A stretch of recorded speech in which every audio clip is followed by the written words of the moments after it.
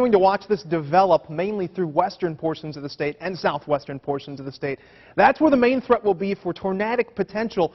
We took a look at the tornado watch area earlier. This is out until 6 o'clock this evening. So we're going to continue to watch that robust development. Right now, not seeing a lot of that. We are seeing some stronger storms, and in fact, one that just went tornado warned southeast of Lincoln. So as we continue to see that surface area heat, we're going to continue to see the robust intensity needed for these storms to pop up and fire and start to head through the southern portion of the state. So stay weather aware today. I know we're not seeing it yet, but mainly through the afternoon, I'd say between 3 or 4 o'clock here in the metro, and you're already seeing it through southwestern portions of the state. Again, watching for clearing out there. That's what's going to be the catalyst for a lot of these stronger storms to pop up.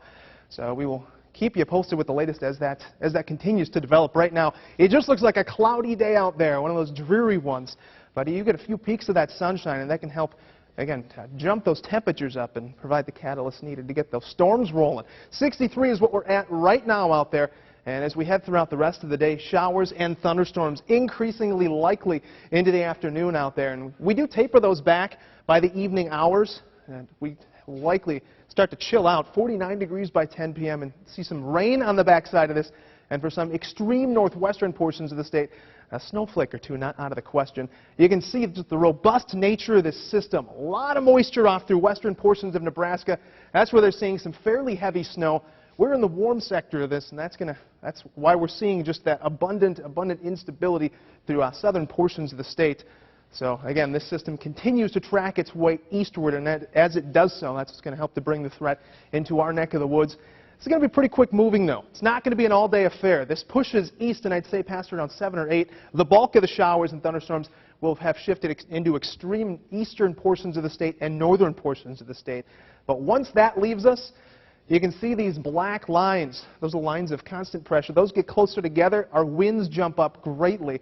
And we are definitely in the mix for some very strong winds tonight and into tomorrow, too. Let's take a look at Futurecast here. As you head through the afternoon, you can see the huge line of storms form.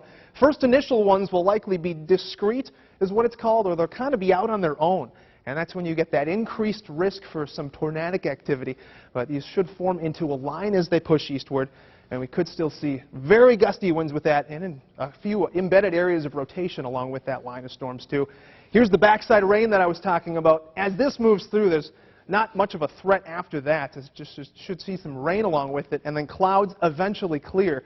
But once that does so, again, the high wind will be the main name of the game. Tonight and into tomorrow, that high wind warning is in effect. Could see some gusts upwards of 55 miles an hour or stronger. So take notice of that, and I guess just be safe out there. Mid-60s today is what we'll be topping out at. You can see the colder air starting to make its way in behind this system. Over the next few days here, we linger in that. 48 degrees on Friday along with some sunshine. As we head into the weekend, it's looking a whole lot better.